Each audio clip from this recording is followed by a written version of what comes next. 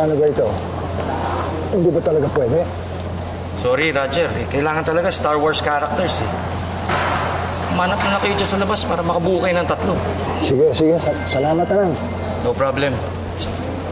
Galing ng costume mo, ha? Kuhang-kuha mo si Rextor, ha? Salamat. Sige. Sino ba yun?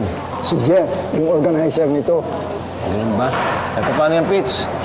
Dalawa lang kayo. Oo nga sayang. Akala ko makakasali na tayo. Oh, boys. Don't worry. I got it covered. Right there.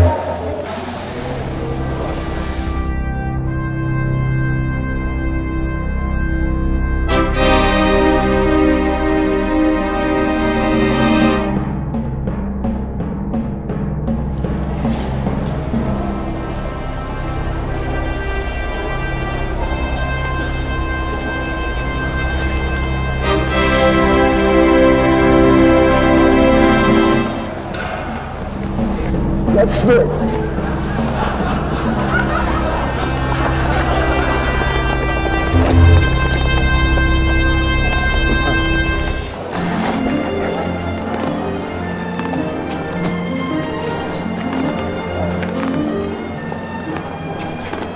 Ay, nako. Parang wala tayong dating sa mga tao. Bakit?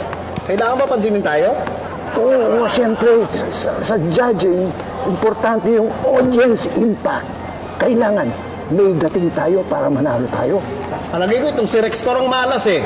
Pagkatong lumayo-layo ka nga muna, baka nalilito yung mga tao.